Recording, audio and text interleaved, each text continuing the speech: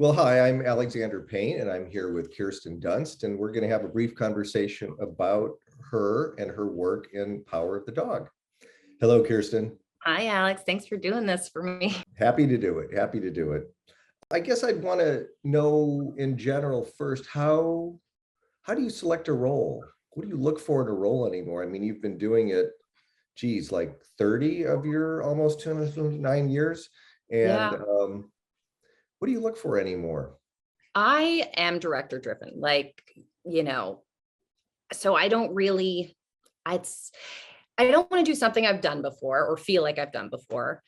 But then again, like if it's a director I want to do, if I work with, I will too. So I really would do anything. I'm not like I need to play this role or this kind of person, or the next role I'm playing is very different than anything I've played or any type of movie I've been in before. So that was exciting to me, but also it's a director that I love. So it's just I feel like, yeah, if the director is the captain and if you're not on a strong ship, it doesn't matter. You're the performance you give. Do you act a lot? I mean, I haven't looked you up on IMDb lately. How often do you take a role? And I also know you've had a couple of kids in the last couple of years and marriage, all that kind of stuff. And you and Jesse and family got waylaid in New Zealand for a while during COVID while making the film. But how often are you acting? I haven't acted since Rose, so since Power of the Dog, which is seems feels like a long time, but also, yeah, there was the world shut down and I Right. had another child and Jesse tore his ACL and then had to go to work. And I did a lot of the second baby all the nights alone. And I was very intense. But I knew I was having my last child and I wanted to do all that and not be focusing on preparing for another role. But now I go to work beginning of March. Plus, you've been promoting this thing. I mean, that becomes a full-time job too. Promoting this, taking care of kids, and then working on the role I'm preparing for next. So When did Jane Campion approach you with this role? Did you read first the screenplay or the book? And then how did you prepare to play Rose, to play this woman, which dovetails into my larger question, which is in general, your process of preparation for a part? okay, it's a lot. No, Okay, we'll break it down. yeah. Well, Jesse got the script first. And before he read it, I said to him, "You're doing this movie, you're working with Jane Campion." It's a little, there's a party that's a little jealous. I've always wanted to work with her. And we almost worked together when I was younger, and it never came to fruition. So she was a dream director for me, partly because of the female performances in her movies. I just knew that you'd be taken care of in her film, um, and be able to do some real things, and they would be in masterful hands. So eventually she came around to me and I read the script first because, I'm not going to get that involved if I don't get the role, by reading. Yeah, yeah. um, but yeah, we FaceTime together. It was pretty brief. And yeah, the whole family then, I think I screamed after I got the role. I was so excited to work with her. And then immediately I had to start working on piano because I don't play piano. So that was actually like one of my biggest hurdles. It's just playing this one piece over and over. I've learned two pieces for the role, but yeah, learning piano, just getting one hand right and then putting them together is for anyone who hasn't played piano, it's hard to learn an instrument when you get older, I think too. It's Did just, you ever study any instrument? I piano when I was younger, but with a choir teacher, and it was like tedious on Sundays. Like I remember my scales. That's it. Yeah, But that yeah. didn't help me. But yeah, I think guitar I tried, and it was just, it was too hard for me. So I stopped. Going back to the question of preparing other than piano, becoming the woman, becoming Rose, she is strong and she's defeated and she's strong and happy at times. And then she's alcoholic and depressed. And, how did you, like, what was the through line, the anchor for Rose as she was going to go through all these passages?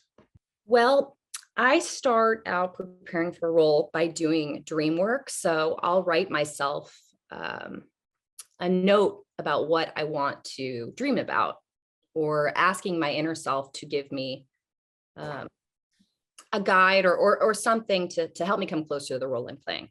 If I dream that night, that's the dream I use to analyze and put in throughout the scenes.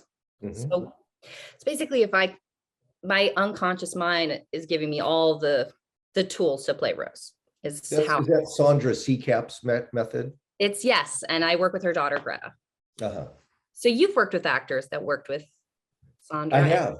I don't think I'm breaking confidence by saying Laura Dern and Mary Kay Place in my first film turned me on to her. Have you worked with her yourself or no? No, no. Yes. So I work with her pretty intensely. It feels like you're doing deep therapy between you and the person you're playing, which immediately I'm so grounded in who I'm playing that like it gives you a freedom to just like let loose on set. I feel like it gives you, I don't know. I think, I used to be an actor that the sound guy would come up and be like, can you raise your voice? Because those actors where you feel like afraid to speak, or like something you're trying to find, and now I'm someone that they come up and they're like, oh, good, we can hear you. Great. Like I think what she gave me was a freedom. And to I'm use sorry, who gave you? Rose did? working with Greta. Oh, okay, got it, the technique, uh-huh. Yeah, the technique really helped me. And then I think I'm just willing to do whatever it takes to make the scene great. You know what I mean? Like I just am I use some music, but it's like every scene is a different preparation to me. It's its own little thing. And I have it all mapped out, and I have tons of ideas for each scene in case anything gets boring, or like I want another little sense of something, or so I have a backup plan and a map and all those things. And then I'm, fine to not do those things as well.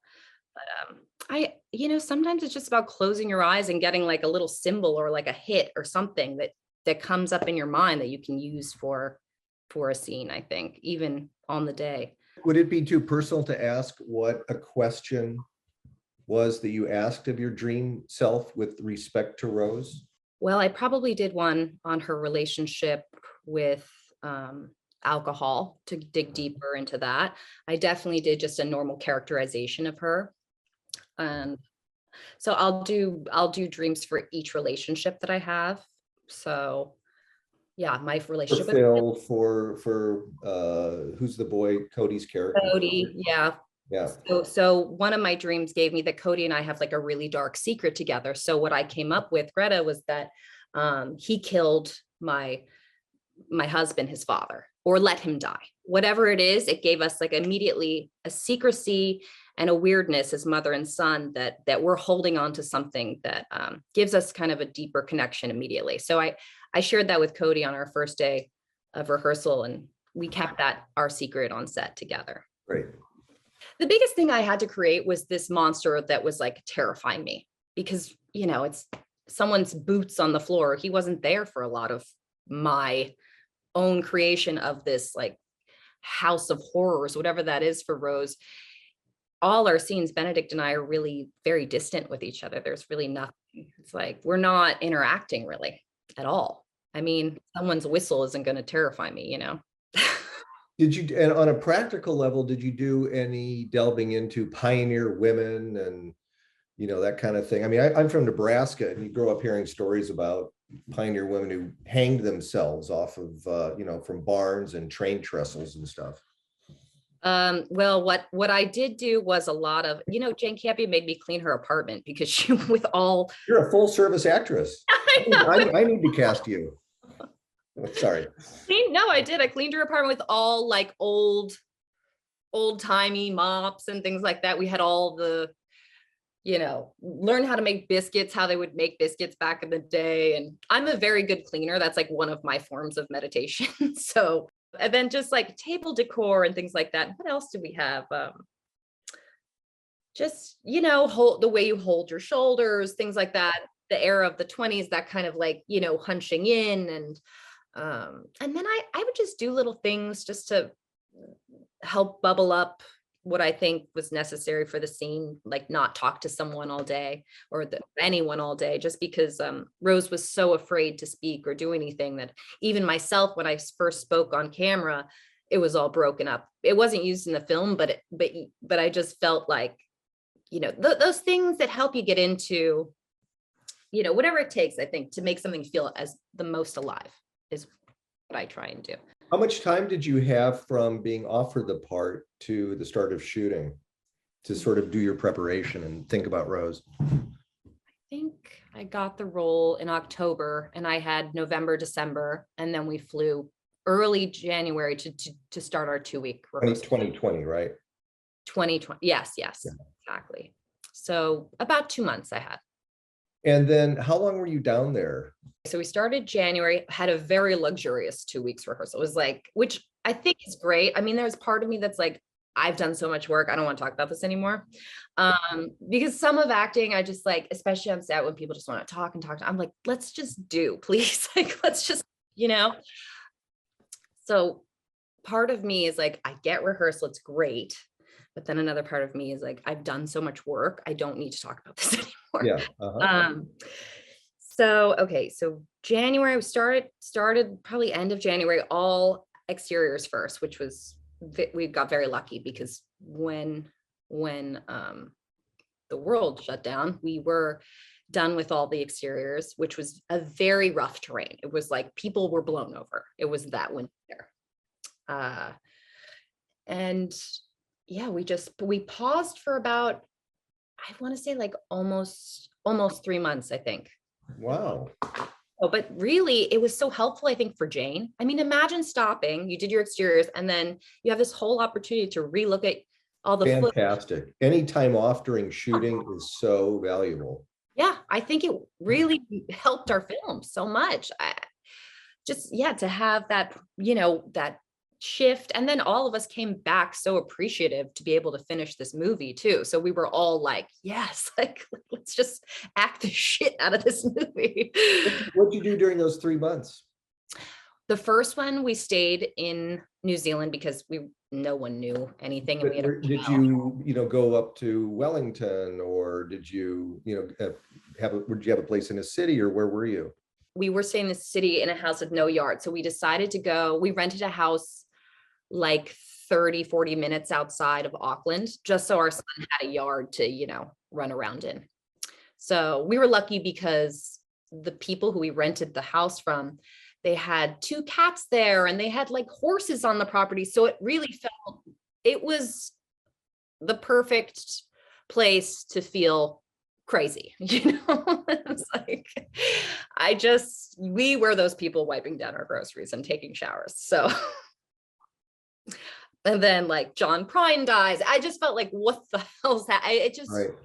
It was so beautiful, but also wild. Yeah.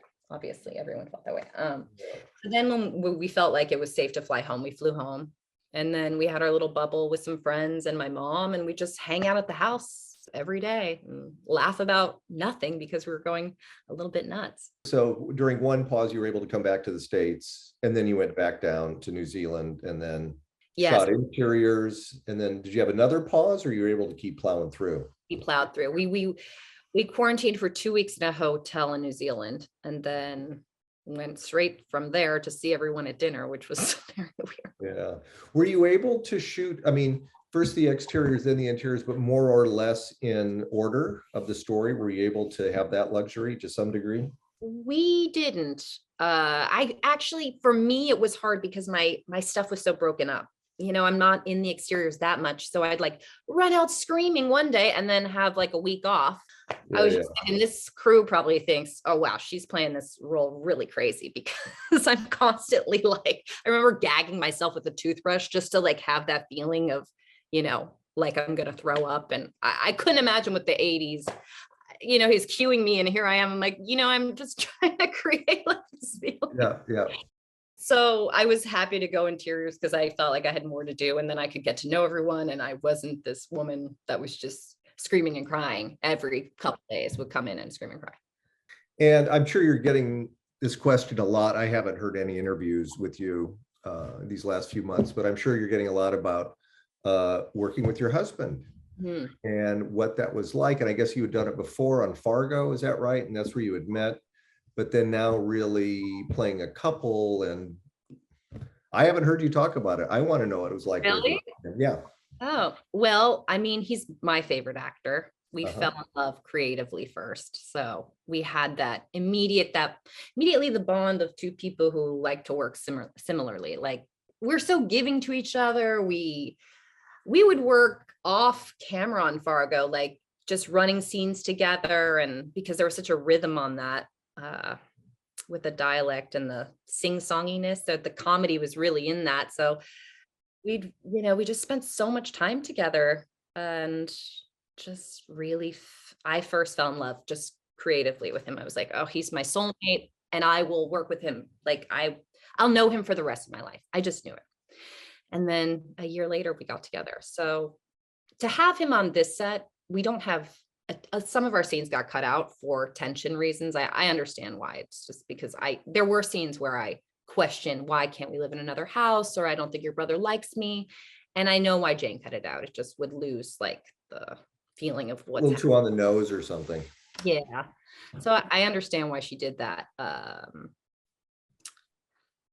But yeah, I can say anything to him and Yeah. Well, also, what a plus for Jane, though, I would think. I mean, it's not, I'm sure it's not why she cast you, yes. but what a plus to have that, talking about secrets and connections between two characters. Mhm, You and Jesse would have that in spades. mhm, mhm.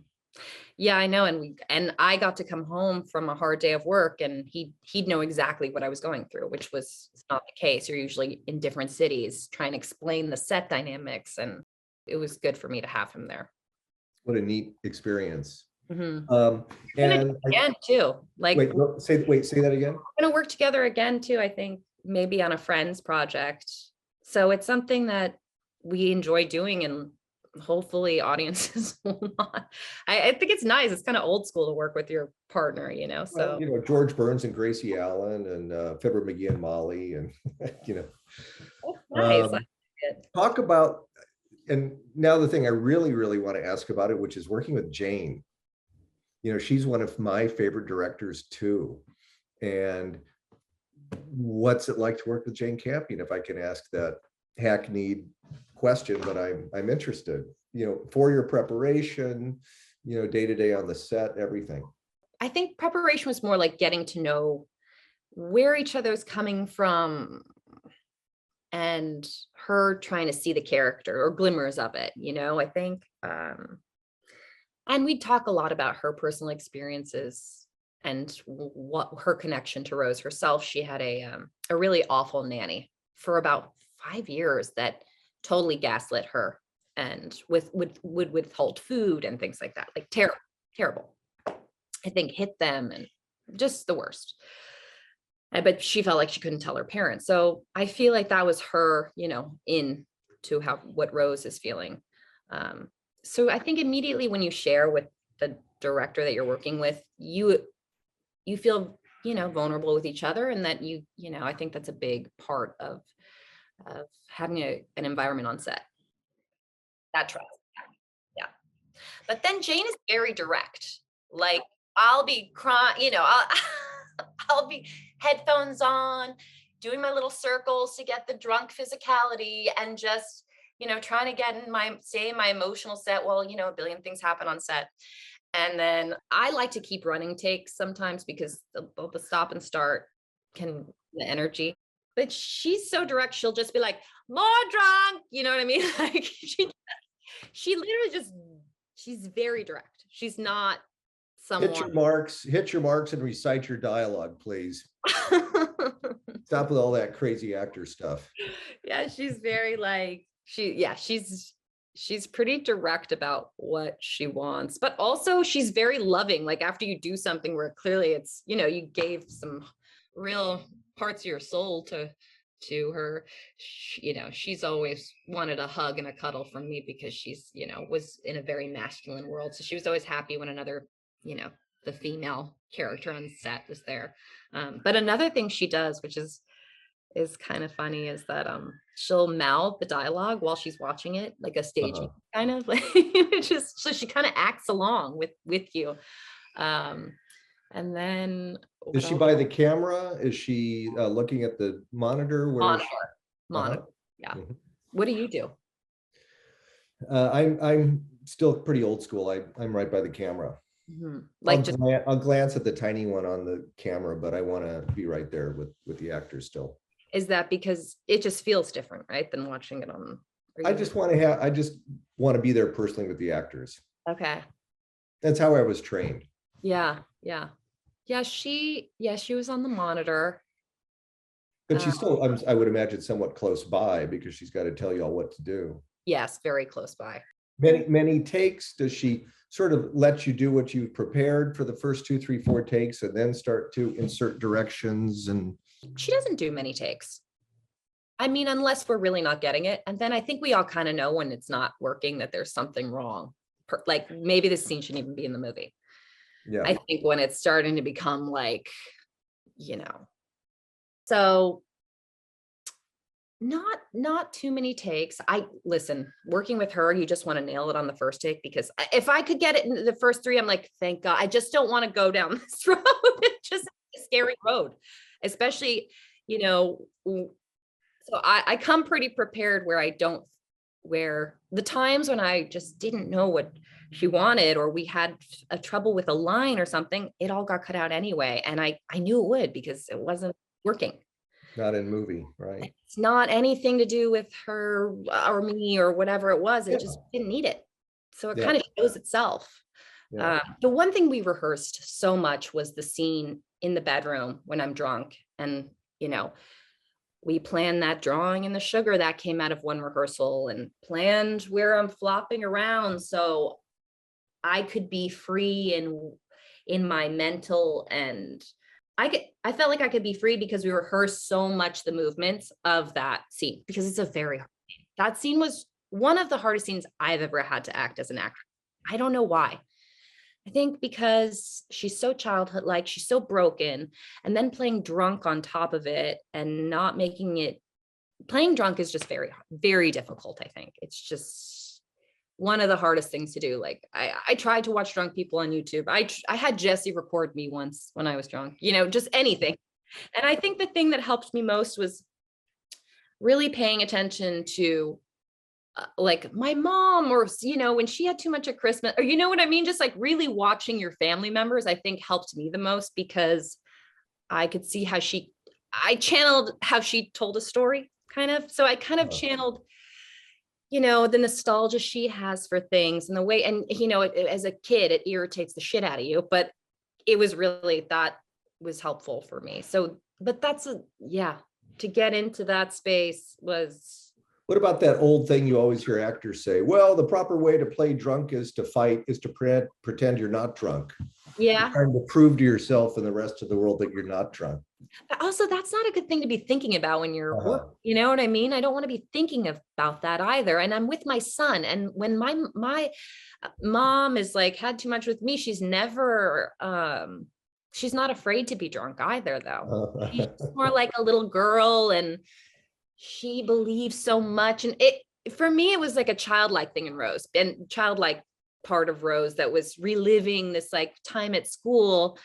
And it's this kind of thing where your son is so turned off by you. He wants to be a loving son and like hold you, but you're so turned off by seeing your mother like that, or, so annoyed. You've heard the story a million times, or whatever that dynamic is. But it's just to me, a hard place to find that balance. It was really difficult. And then there was a time when, listen, I hadn't worked for a week, and what do I have to do in my scene? Come out screaming for my son, and I'm drunk, whatever it is. And I came out really loud, like he might go kill my son. I don't know what he's going to do. And so I ran by the horses and screamed too loud. So everyone was like, oh no, the horses. And Jane was like, that was really loud. And, that's the last thing you want to hear, those things when you're just putting your heart out there, like just going for it. So then I turned it down, and then everyone was like, no, go back to what you were doing. So, I think because I wasn't there every day, that consistency felt, I would question myself so much more, which worked for Rose. So I used that too. just questioning yourself, making yourself feel insecure. I felt more insecure, or I kind of made myself too feel more insecure about my place on set and with Benedict, and That feeds the character, that feeds the story. exactly. Yes. Yeah. I could keep yakking with you forever. I could keep yakking with you too. Yeah. Well, listen, you give a spectacular performance in a spectacular film, and I've been a fan of yours for years and years, and it's really fun to talk to you about this and your process and everything. Thanks for asking me. Thank you. Yeah, I hope I see you soon. Yeah, me too. Okay, Take bye. care.